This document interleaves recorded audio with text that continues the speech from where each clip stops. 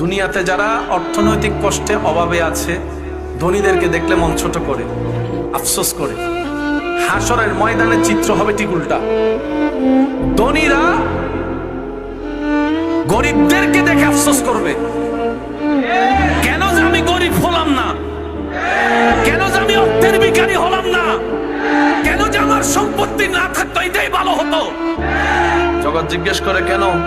ওই দেখ, কোম্পানির মালিক এখনো হিসাব দিচ্ছে, দারোয়ান হিসাব দিয়ে 500 বছর আগে আল্লাহর রহমত নিয়ে জান্নাতে চলে গেছে।